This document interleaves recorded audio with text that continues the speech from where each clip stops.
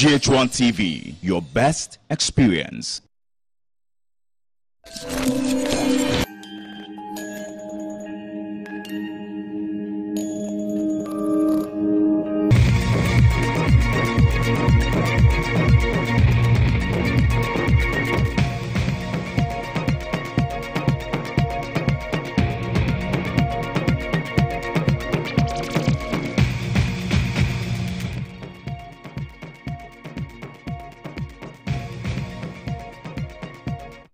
Hello, good evening and welcome to the Sunday edition of News Tonight. My name is Sewa Amiya. The news is coming to you live from our Platinum Place at Ridge here in Accra. And across the world, we are live on Facebook. Let's begin with our top stories. Encourages party faithful to rally round new crop of leaders. And that appears also to be the focus of new chairman Freddie Blay, who eyes eternal electoral victory for the NPP.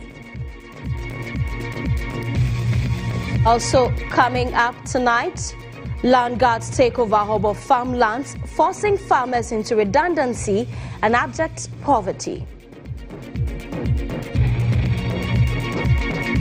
And elsewhere in the world, recorded rainfall kills at least 40 in Japan, as several dozens remain missing. We have details of these stories and many more coming up shortly.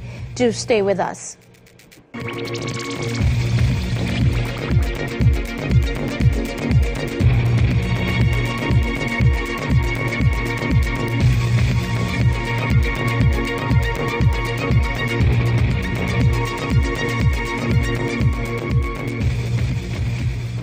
Welcome to the program.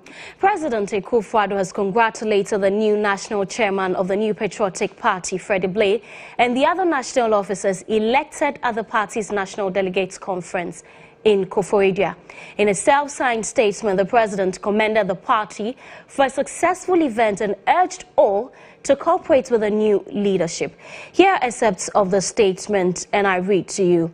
The party is to be commended for the efficient and successful manner in which the election of the new officers who are to steer the affairs of the party for the next 4 years was conducted. We have shown once again that we are the party that has abiding faith and believe in multi-party democracy. I have on occasion stated that internal party contests are not about winners and losers.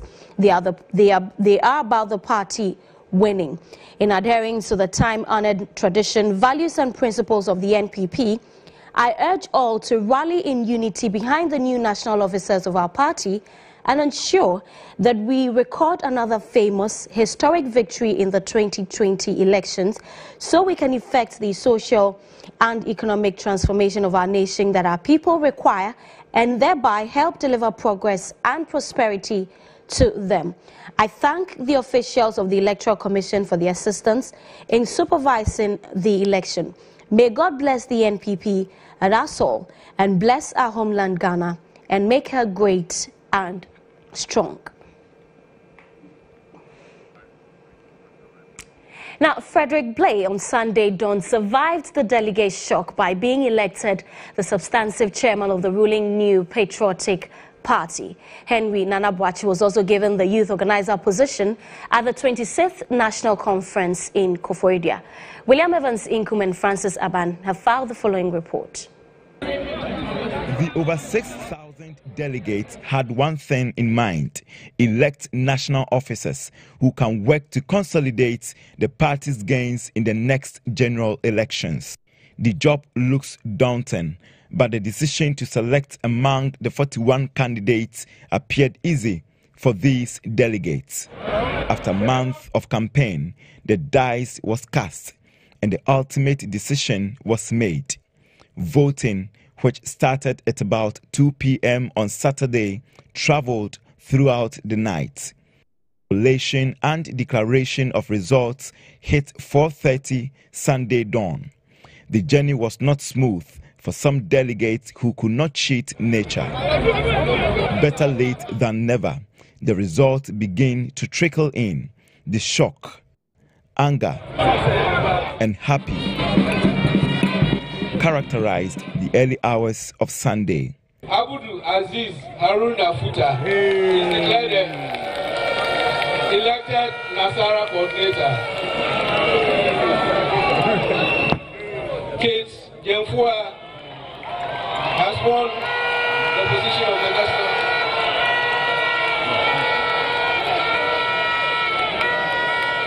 Henry Nana Bwachi is declared the winner for the National Youth Organizer.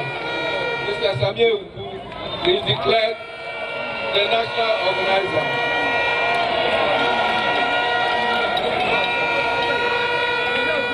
Mr. John Boydu is declared the winner for the national secretary position.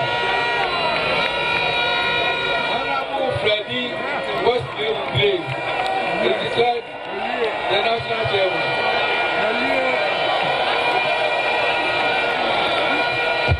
Stephen Ayesu Intim lost the 4th time, but believe the decision of the party is ultimate. Once again, it is victory for the New Patriotic Party because we have succeeded in electing our new crop of national officers to steer the affairs of the party for the next 4 years. As usual, my loyalty to the New Patriotic Party is not shaken. The new chairman, Freddie Blay, preached unity. We will now work on the unity of the party. We promise to work together in unity also. We promise to work together to faithfully serve our party so that the party will be strong enough to serve and back and defend our government under the leadership of Nana Akufo. Right, and my colleague William Evans Inkum, who was on the grounds the whole time, joins me in the studio. William, good to see you. So who are the other winners apart from Freddie Blay and John Boydu?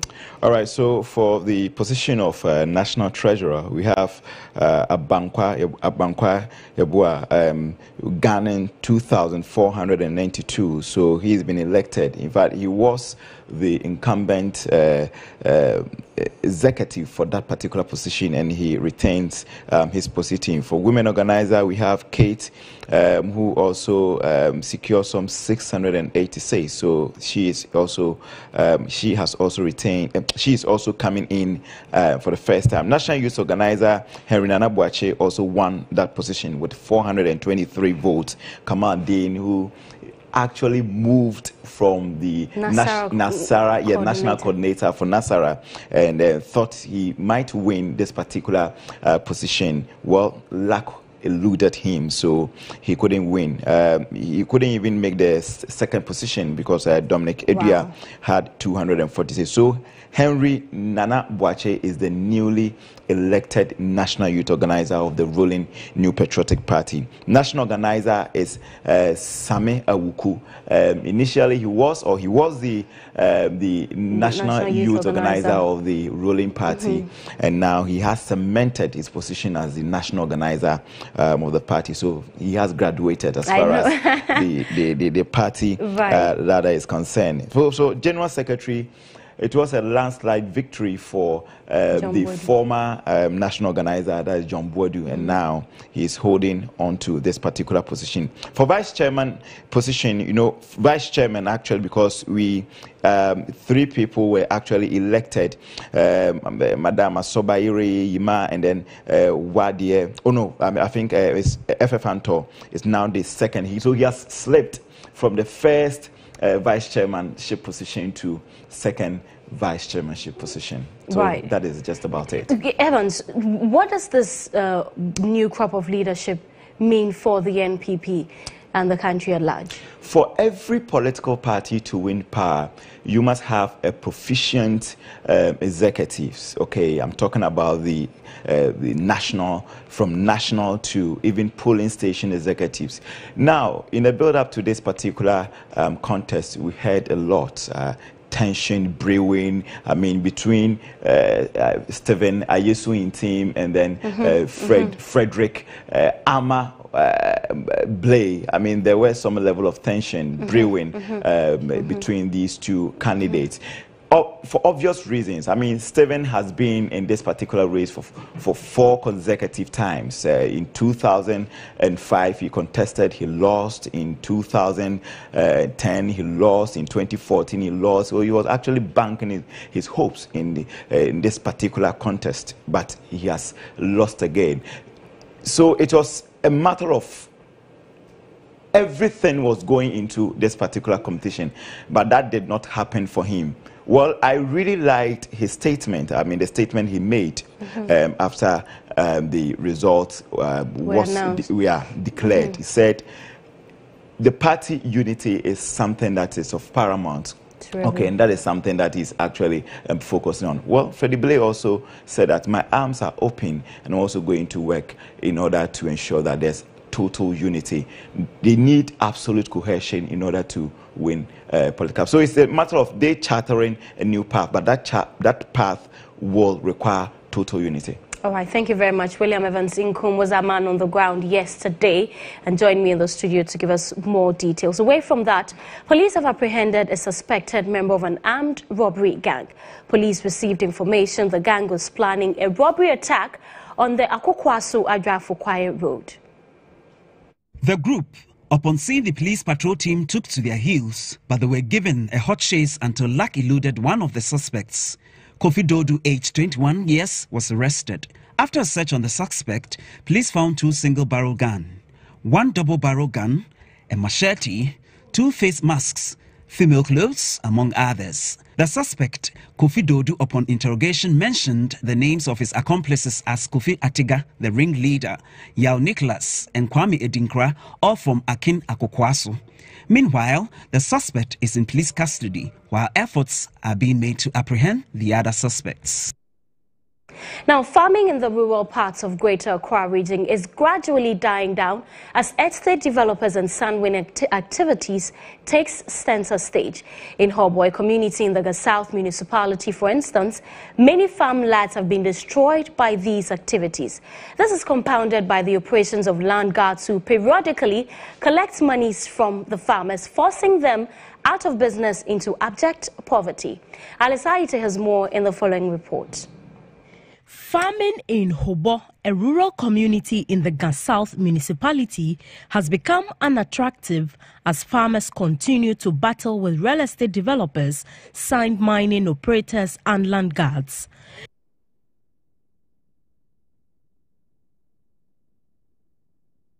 Farming in HOBOR, a rural community in the South municipality, has become unattractive as farmers continue to battle with real estate developers, sand mining operators and land guards. Ewuku Asidigbe, who has been farming for more than 40 years, tells the news team it has become unbearable to live as a farmer in that part of the country. Apart from the rains and the Densu River overflowing its banks and destroying the acres of granules and okra farms around it, they also have to deal with the nocturnal activities of sand miners which destroy their farms.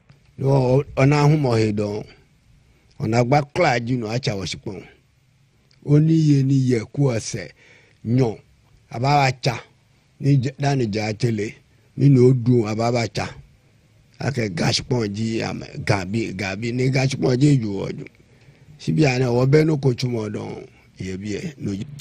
tells me he used to grow and harvest several foodstuffs, some of which were exported to neighboring countries and even Europe, but all that have ceased because there are no lands to till. I can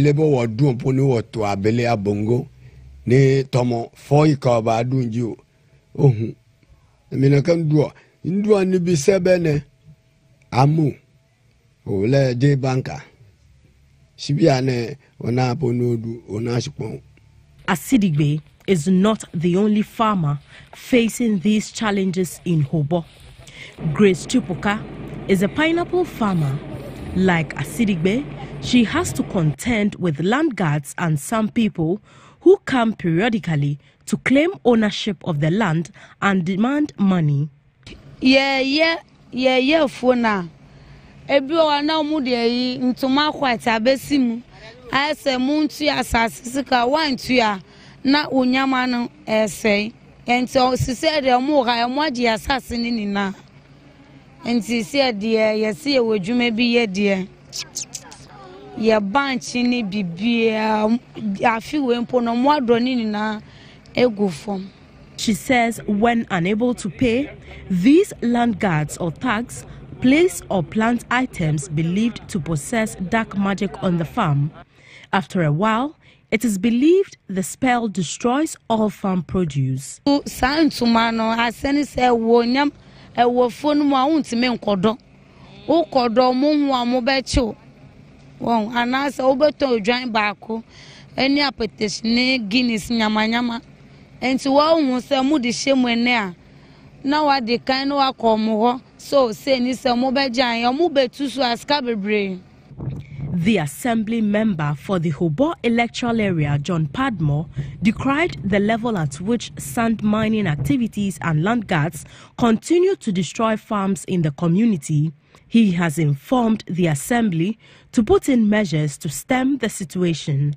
We realize that this is a security threat because the community, right now, as I speak now, we have to go as far as to Asamankese to get foodstuffs, which Asamanke says hitherto we supply them, because they were not getting much food products. You understand? But now we are also, they take it from us. But this time around, the pendulum has changed. We have to go there. Now the question is, would they be able to sustain us? This is the thing. In fact, I remember last year, Parliamentary Select Committee, after having heard about the complaint from us strongly, they decided to tour the community to find out as to what is happening. Indeed, they came, they converged here. They also had discussion with us, and they told us they were going to come back. We had never heard anything till now. The chief executive has invited individual landowners here. In fact, he has also spoken about the problem here is that the land here is for families. So it's like nobody have right over the land. The SDG 2 aims at ending hunger, achieve food security and improved nutrition, and promote sustainable agriculture.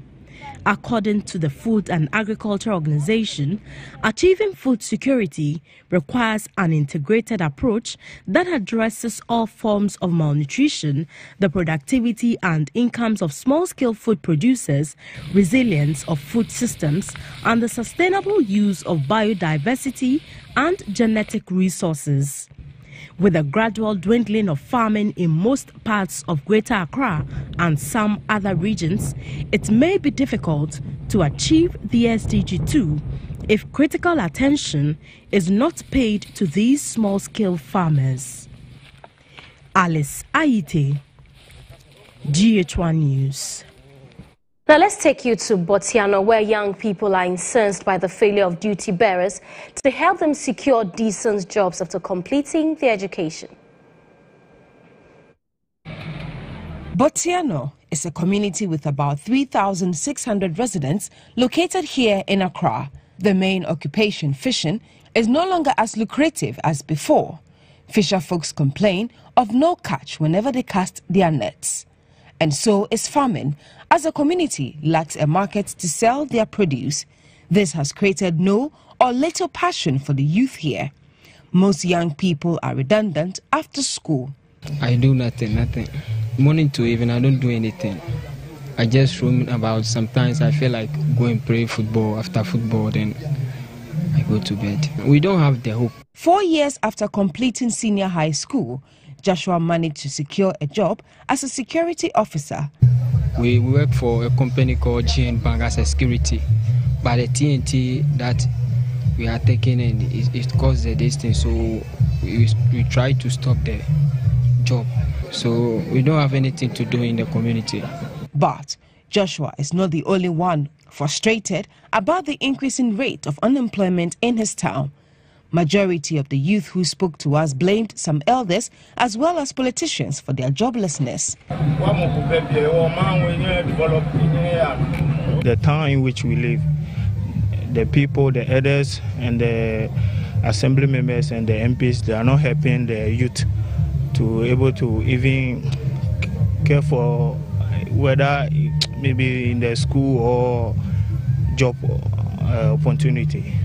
I always feel bad, but it was no avail. I cannot do anything about it. So I found myself to engage in the guitar, to play, at least to help in the church activities. As for this town, I don't think that they have future because they just dress and walk around the streets. Nothing, doing nothing. And they'll give birth small children too. It's not nice. So many times I want to run away because I don't want to live here. I want to travel, and my mom cannot allow me to go out because the tire or my MP. Now I'm in their house doing nothing. But I'm helping my sister small to sell.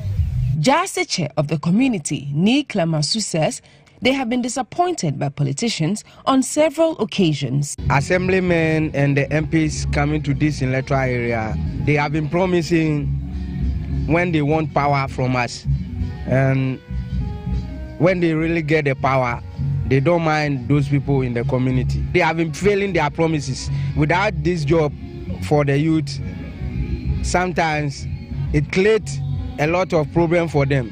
Like when you see them, they will be passing street side.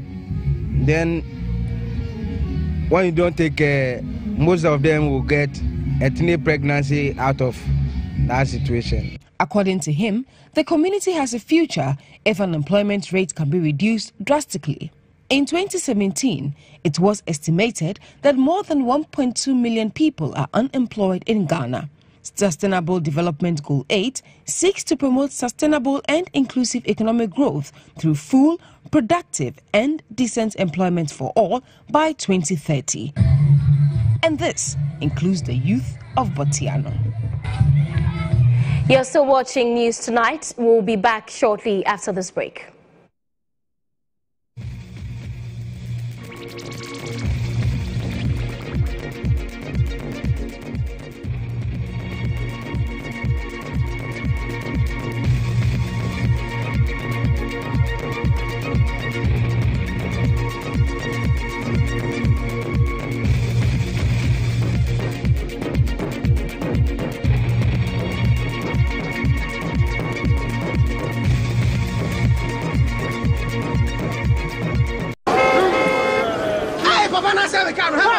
What? Do you know how much I bought this car? Do you know how much I bought this car?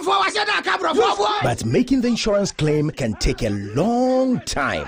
Not anymore. Enterprise Insurance now pays minor motor insurance claims the very same day. Yes, all claims for broken lights, cracked windscreens and bumpers are paid the very same day. Just get your repair estimate, drive the car to the same day claim office at the Enterprise Insurance Airport branch and get your valid claim paid on that very same day. Remember to get there before 3 p.m. on weekdays. Same-day claim payment is proof that Enterprise is truly the fastest claims payer in the industry. So check your car insurance sticker and make sure it has the letters EIC. Enterprise same-day claim payment. Drive in and drive out with your money. Terms and conditions apply. Enterprise, your advantage.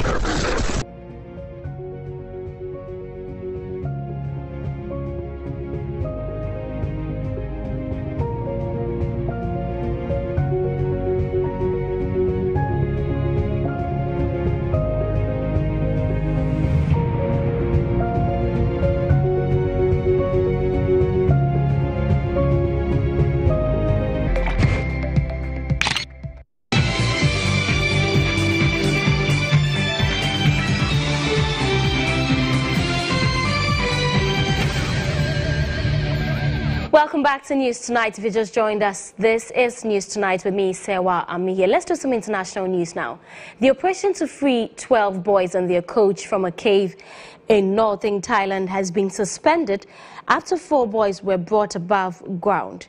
The mission has now been paused for at least 10 hours. The rescue team had previously indicated they were in a race against time to get all 13 trapped people out. However, Chiang Rai Province Governor and head of the rescue operation says the rescue team has depleted its resources and needed to replenish.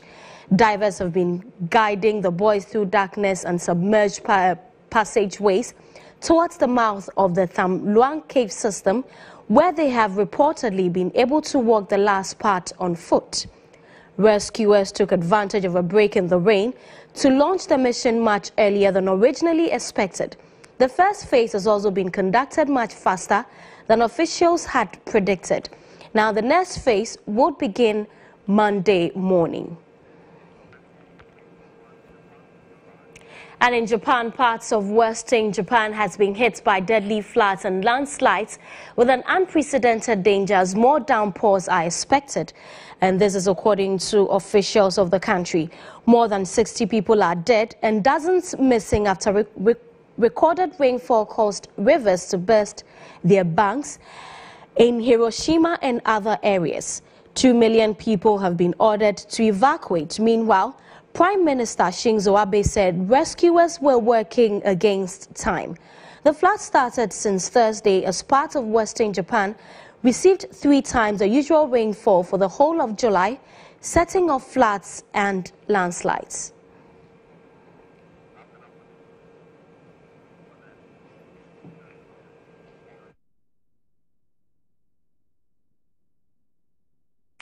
Thank you very much for watching. The news comes to an end. Production team led by Kemeni Amano. Thank you very much for watching. We'll be back tomorrow morning with GH Today News. But don't go away, because Newsroom Diaries comes up now, where we bring you conversations with reporters that brought you the best stories that you saw this week. Have a good evening.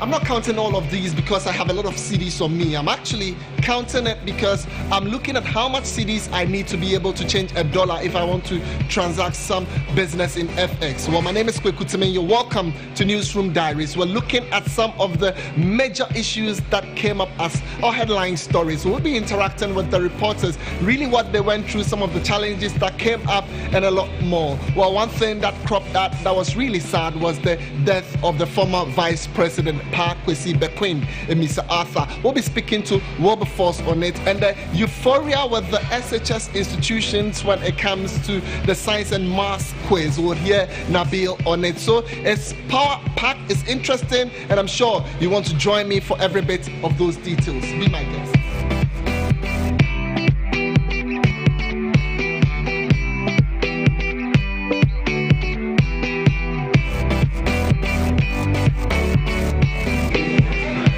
So I'm ready for action now, and one of the key people that I'm going to engage within this week is Wilberforce Asari. Kind of a sad episode that happened within the week as we had the passing of the former Vice President. I've seen Wilberforce around, and it's a delight having you, Wilberforce. I like the excitement on your face, but I know this particular subject that we're going to talk about is not one that would bring good memories to any of us. I mean, early part of the week we had the passing of the former Vice President. How did you receive the news? Well, indeed, it was a very sad news. I was here at GHOne at the 10 of one of the shows on the morning period when the news came to me on our presidential WhatsApp platform. And so as soon as I read it, I was shocked, and I quickly went into the newsroom to inform the editor that this is what I am picking up from one of the platforms that I am on, and so we should run checks to confirm whether or not what I'm seeing is true. It's exactly a week today, and there are some memorials and the like. But tell me, when you went to location, because you gave indeed the EIB network the live coverage throughout the country, all our networks, you were the man at the point of the ground that we all had to reach. Tell me about what exactly happened on the grounds, the challenges you faced when you went to his residence. Well, so when things like this happen, obviously family will be grieved. The entire country was obviously also grieved. Now, where it started from was when the President of the Republic issued a statement to that effect, registering his condolence to the Emisata family and also to the National Democratic Congress as a party. It followed the Vice President's statement when the Vice President described the former late Vice President as a first-class gentleman. Now, from there were family members, party members, and ordinary Ghanaians alike trooping to the house of the former late Vice President to pay their homage and also to solidarize with the wife and family of Mr. Emisata. Over there on the grounds, it was very interesting because people were coming in, some coming crying, some screaming and what have you. It sent a very interesting picture about who Mr. Emisata was. The way people were describing him and giving examples of encounters with him. The former president with whom he served as Vice President President John Dramani Mahama issued a statement. It was very short and it told me the grief that he has had to deal with by getting to know that his former Vice President whom he served with had passed away after working out in a gym.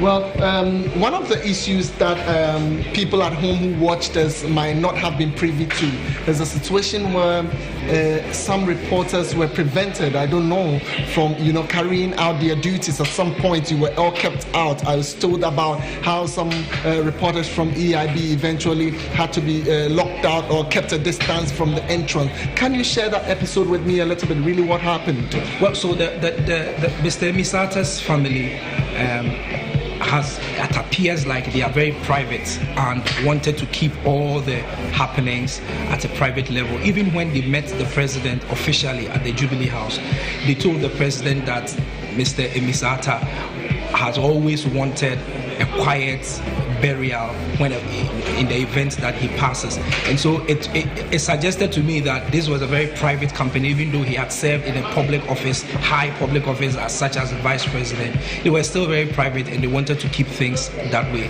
The kind of media personnel who were moving into his house at a point in time became scary for the family, and I should think that it is the reason why they wanted to keep the media away from their home, because this is the private residence of the former late Vice President. And so perhaps it is the explanation for the decision to keep the media out of their house at a time when all the several media houses were trooping there, wanting to get the news first, wanting to break things to the people of Ghana. So I presume that is the reason why there was that misunderstanding between them and media men. I don't think it was for any ill purpose. All right, I'll let you go, Wilberforce, in just about a while, but maybe share with me. So the family officially informed the president before the issue of flags flying at half-mast came in. Before then, a lot of people were confused. Why were we not going to declare some days of mourning for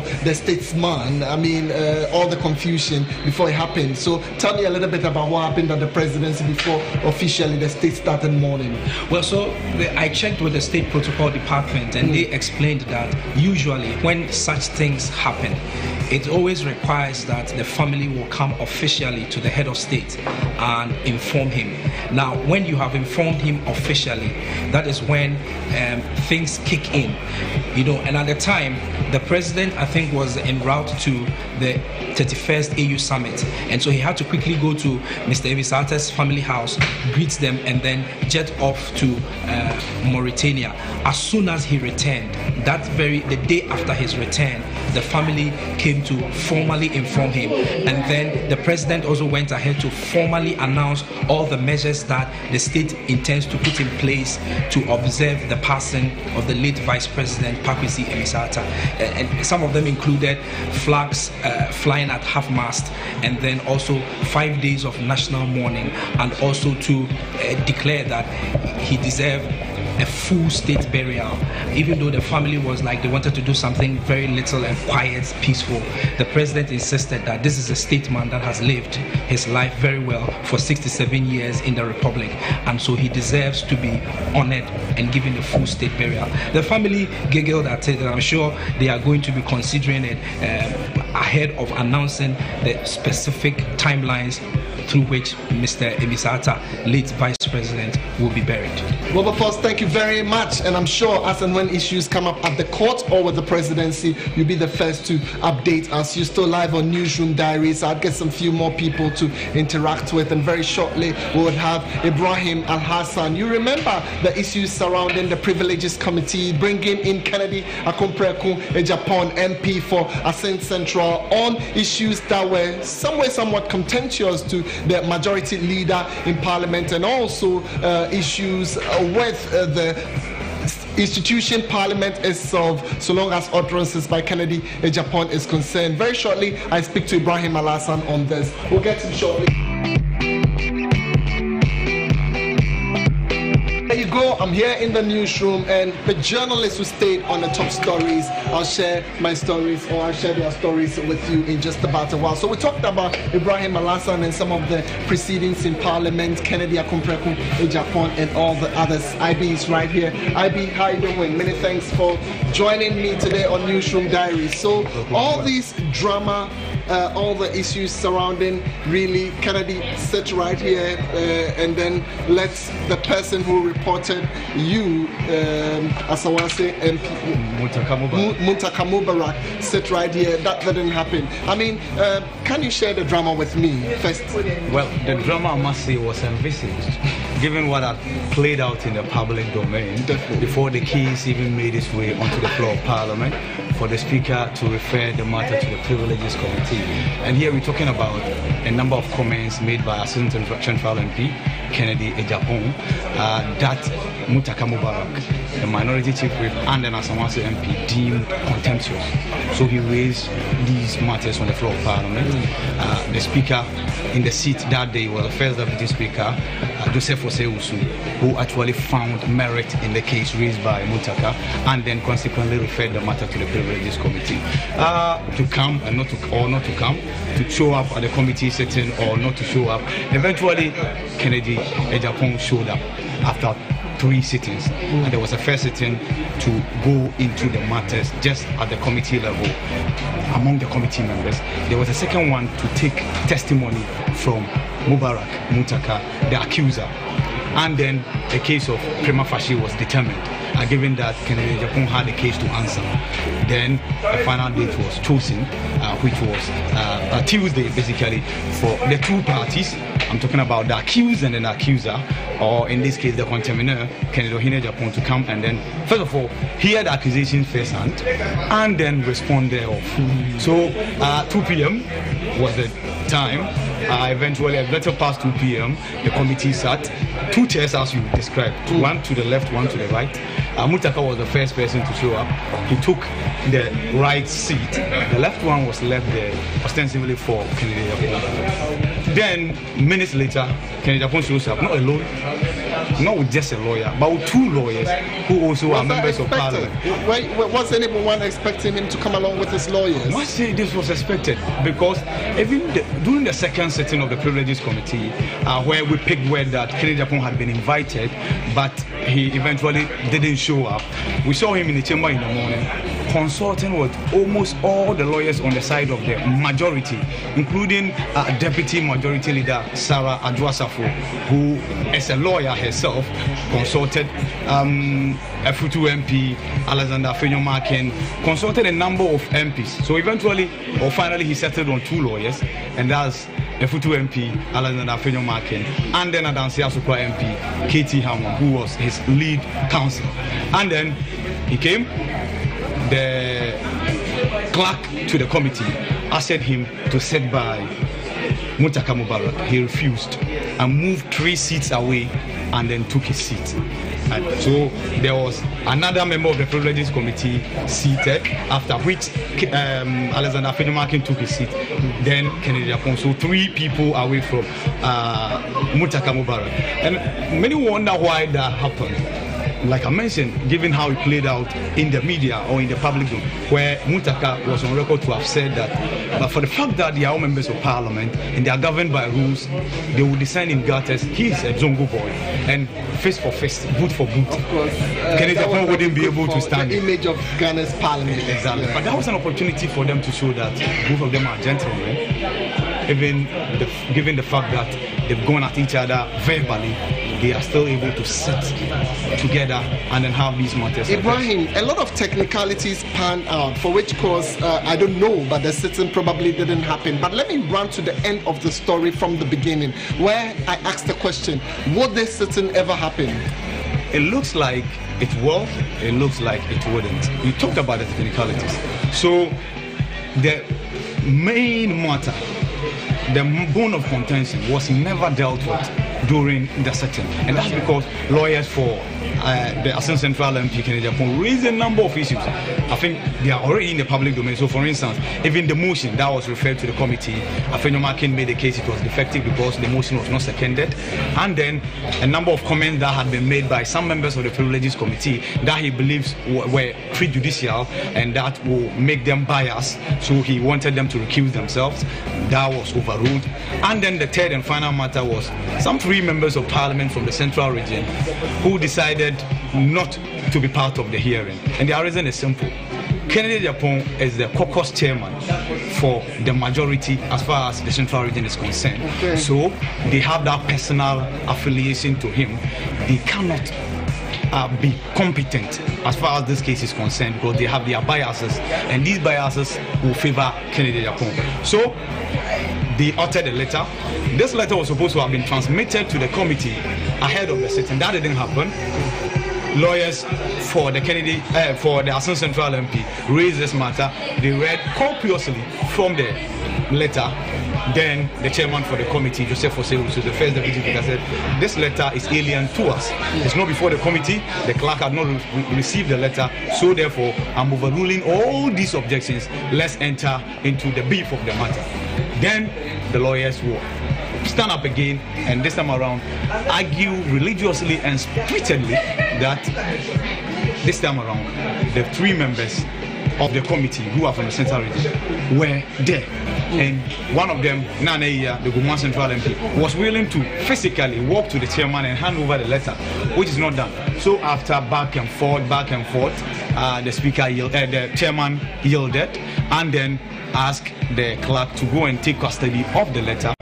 He reviewed the letter and then came with the announcement that, now listen, because of what had just been triggered, these 3 members who were requesting to recuse themselves, or they had already even recused themselves, but they were just informing the committee. 2 things need to happen. Their leader, which is the majority leader, needed to be informed, and then after which he will make replacement for them. Then the hearing of the committee can proceed. Is there a day you are aware of that this replacement would happen? Because the majority leader, Osei Mensabos, who has been speaking on the subject. Exactly. I've personally spoken to him. He says he's ready to replace these 3 members of parliament. After this replacement is done, the committee will meet, and then a date will be communicated to the public for the hearing to take place. But this is, you ask the question as to whether this hearing will happen. This is what might happen. Kennedy Akufo is also a member of the Communications Committee. Okay. And they are members of the Communications Committee who are serving on this Privileges Committee. They can equally come up with the same excuse that he is our chairman at the Communications Committee level. We sit with him. Yeah. We are incompetent to... And then it will keep traveling, one excuse after the other. The lawyers came prepared and they got what they needed. Ibrahim Alassa, many thanks for joining us with all the updates from Parliament. Well, within the week we'll be looking forward to what else you would be bringing. But once again, we're sincerely grateful. Well, one person I want to talk to now is all about the euphoria about students quiz. I mean science. I'm a journalist. I don't know much about science apart from my capillarity and everything about diffusion and the like. But he was there and he had a schooling there. Why didn't they win? He would be joining me shortly. Nabil Ahmed Rufai will tell us all about the science and maths quiz.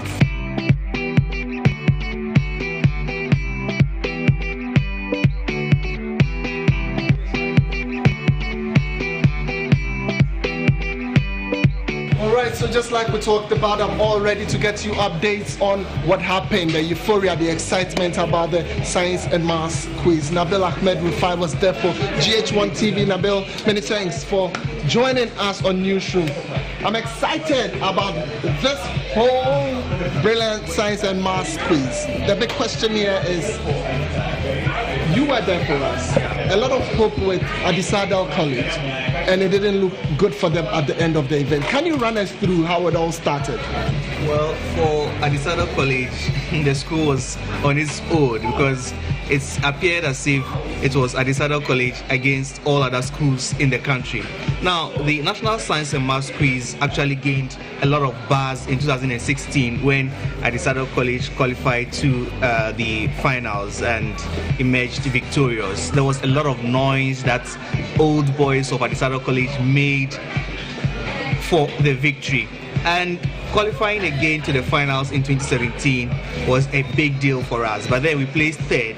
So this time around, qualifying again to the finals for the fourth consecutive time, it was a big deal for us. And we were looking at winning, taking the trophy back to Cape Coast. But then our enemies got us. I was trolled on Facebook. All my friends who were following me on Facebook, they were praying for my downfall, and indeed, they got me. That was the most painful aspect of this whole thing. But then it's been a lot of fun with this whole quiz competition, and it's been great, though Addo didn't win. All right, Nabil Ahmed Rufai. So one thing my viewers might be wondering is he a product of Addo College? Yes, he's a product of Addo College. So he was not only reporting, but he was hoping that his school will clinch that trophy, but eventually he missed. I mean, no problem. I know there's hope for the future. Maybe next year could be good for you. But let's talk about being on the ground, the noise, the euphoria, crowd control, and also getting people to speak to intermittently while reporting back into the studio live.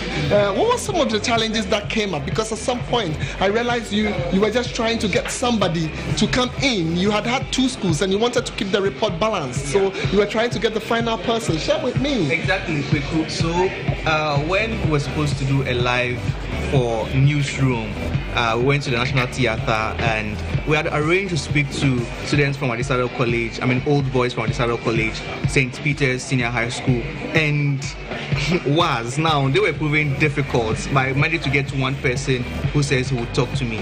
Now we were ready to go live and the person vanished, and I was left with only two schools. So in the middle of the live presentation, I had to stretch my hand to call the guy when I spotted him trying to gain access into the National Theatre. So he came and we just had a brief word. Now, outside the National Theatre was really packed.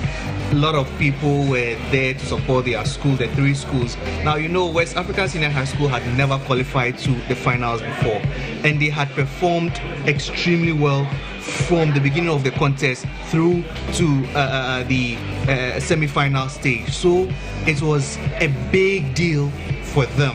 And for other schools who had not qualified to the finals, they were rallying support for West African Senior High School. At Addo College, we were left on our own. I don't know if our girls' school, Mfantiman, were supporting us. But then for St. Peter's, they were not too sure of victory, because during the semi-finals, their performance wasn't too great. At Addo, we beat Mfantipim, so we were hopeful that the finals would be good for us. But across social media, people were supporting West African Senior High School because they were going to make history if they win the 2018 quiz competition. It would have been really huge for them. So we all went into the competition very, very nervous. The competition started, first round, second round, third round, and Addo College was leading. Then the fourth round, we started losing points through the true or false aspect of the competition. We lost 6 points. We lost 3 true or false questions. That's when St. Peter's Senior High School got the upper hand. Now, West Africa Senior High School were also doing well Addo wasn't doing too great. Then the finals, it was time for the riddles, and there again, it was between the competition. We realized that we were just out of the competition. It was just between West Africa Senior High School and St. Peter's. They were going head to head, and it was not surprising that at the end of the competition, it was just 1 point difference between St. Peter's College and St. Peter's Senior High School and West Africa Senior High School. But at Addo College, we already knew that we had lost during the fourth stage of the competition. Difficult moment for the Addo College, but just to smile a bit before we round it all up, the quiz mistress, this time, why did she have her bag? Because I didn't see her bag around at all. Yeah, her bag wasn't around, but then they still had a policeman standing next to her as soon as the competition was over, just to protect her and any form of. And I think the security situation for the 2018 competition was very, very tight. People were not allowed to troop onto the stage when the award was going to be given and all that. It was very, very calm. And of course, we didn't record any incidents. We didn't see any bag getting missing. And of course, last year they were saying at this Addo College stole the headmistress's bag, which wasn't true. What will we be doing with bag? I know, we can't judge. Let's leave that for the security agencies. But Nabila Medufai, I'm grateful you did well. You brought us a fantastic report, and we're sincerely grateful because it was without any biases. So who next are we going to speak with? I mean, when it comes to Newsroom Diaries, it is a platform where journalists get to share their stories, interact with you on really what they went through in bringing you that special report that you saw on TV. I interact with Alice Aite next, and we'll talk about some of the activities she's been engaged in within the week. Just stay with me as I get closer to her.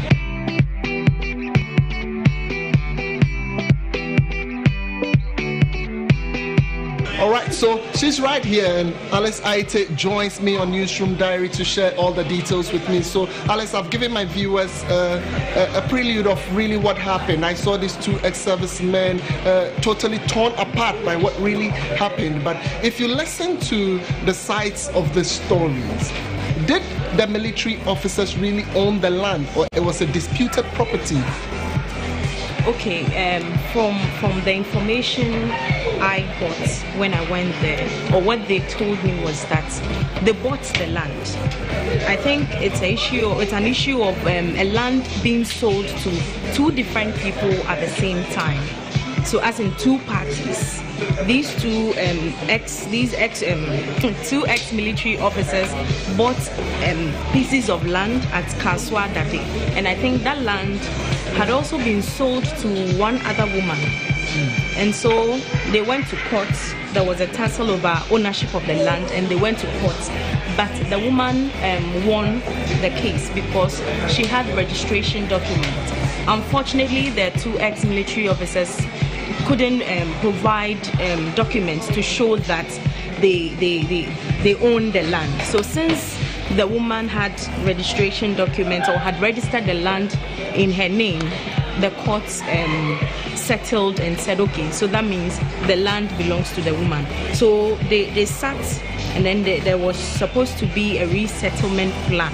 They were to pay some money to the woman, I think about $5,000 each, and then with some other figures, some other 1,000 cedis and so, to compensate the woman. And so they told me that they had started paying because the woman gave them a bank account to pay the money into. So they were doing that, and I think for a month or two they couldn't pay or so, and then the woman just came with these land guards to destroy their buildings. Tell me the level of devastation that you saw when you went in there, the kind of conditionalities that the soldiers and their families had to succumb around this period. Yes, Kweku, like you said when you began in your intro, I was so touched. Because looking at these men, they have served for so many years and they invested. You know how much it costs to put up buildings, and you know these buildings were not just maybe a single room, it's a complete house, and everything is off. The roof, all the roofs have been ripped off. They can't, it's even raining. We are in the rainy season. The destruction was done in March. So April, May, June, July. For the heavy rains. had destroyed everything in the house. I nearly cried when they were sharing their stories with me. I mean, one of the ex-officer's wife said she even had stroke because of this. Because just to stand there and see all their toil for close to 30 years go down into the drain is not easy. Has there been a report on this issue to the police or something? Yes, they have reported to the police, and according to them, the woman was arrested that very day she started the destruction. She brought in the guys to do that, I don't know if I should call it demolition. And so they reported to the police, and the matter was taken to court. And then court said the woman should pay them or compensate them or fix the damages that she had caused to the buildings. And so, according to the two men, the woman is supposed to give them, the two of them, about 12 billion cedis. Wow. Which is even more than how much they were to repay for the land. And so, but when we called the lawyer for the woman and my client is called Madame Rosalie Lamte, and we were told she works with the Electoral Commission at the research department or so. We called her, and she told us she can't speak, so I should talk to her lawyer. I called her lawyer. Her lawyer said the matter is still in court, so he wouldn't grant us any interview. But her lawyer said for renovating the damaged building is still in court, that the court hasn't told his client to give them some 12 billion, but the matter is still in court. I mean, it's all on TV and we can see it. So Alice, thank you very much. Newsroom Diaries, this is where it happens, right here in the newsroom.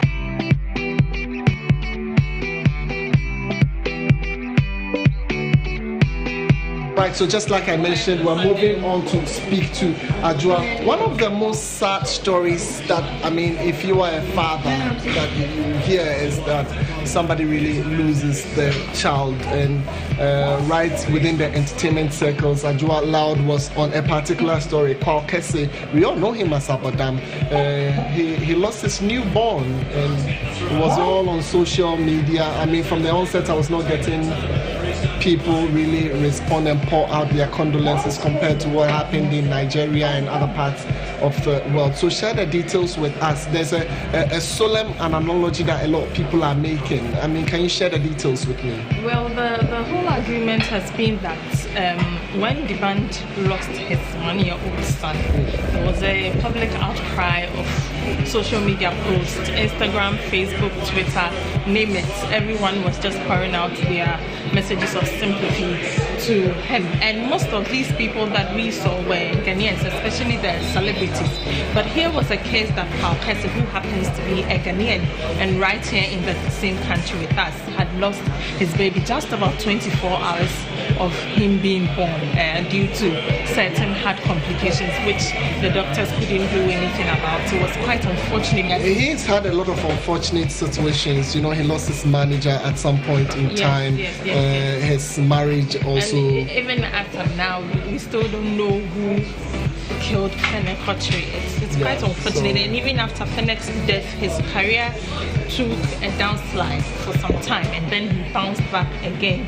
And it's a difficult situation for Paul Kese, but I mean, when it comes to the aftermath publication, did you see it pick up afterwards? You personally raised a story one of the evenings on it. I mean, have you seen that, you know, the response, a lot of people now have responded It became better, but some of the feed that I got on my personal social media had been that people had not heard about it. Paul and his wife expressed their gratitude for, he posted something on his social media thanking everybody for the love that had been shown him and his family, and that they wanted to remain quiet and require some privacy to go through this hard time. We wish them well in this trying moment, and I'm sure from the entire newsroom, GHOne TV. We know we'll bounce back even bigger. We're waiting for that next hit, definitely. What's a sign? You do this, right? Up or down. That's right. So that's Addo Loud. When it comes to our entertainment decks, Addo is always there to bring us every bit of those updates. In just about a while, I'll speak to my business colleague.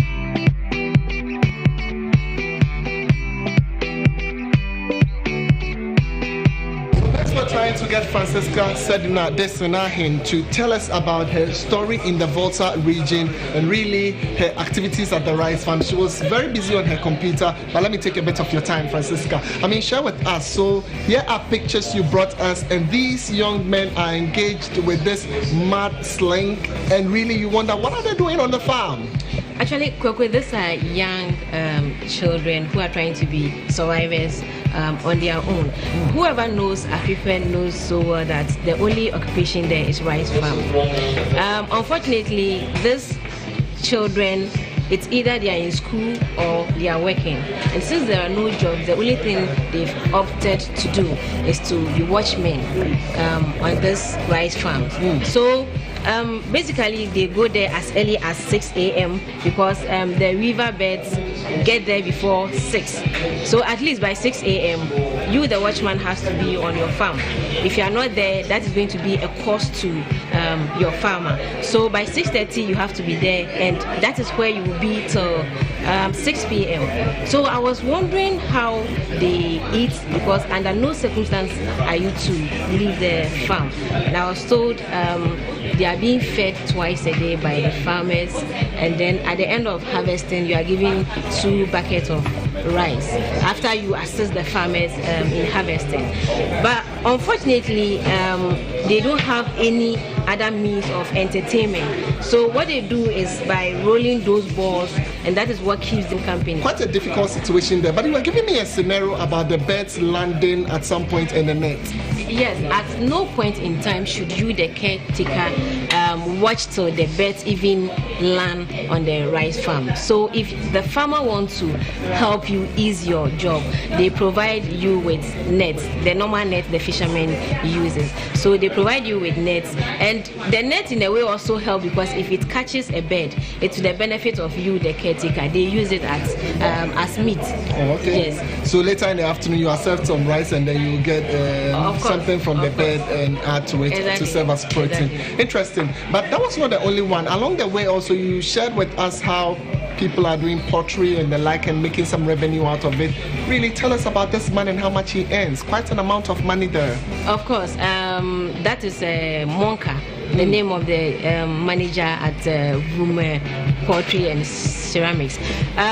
Whoever knows GHOne is just a town before Sogakokwe, and the main occupation of these people is pot making. Unfortunately, the business isn't that good, if I should put it, because they don't have the market space for it. The only people who come to buy are few customers from Benin and Nigeria. Yes, but here in Ghana, they complain they don't have the market space, and people who come to buy are mostly from Accra. They take advantage of them because they are not able to transport their pots to Accra due to few challenges. So when people come from Accra to buy, they buy at less price, but then come back to Accra and sell at very high cost. Okay, what about the deposits, the fine clay deposits? Do they have enough there? They don't. They don't.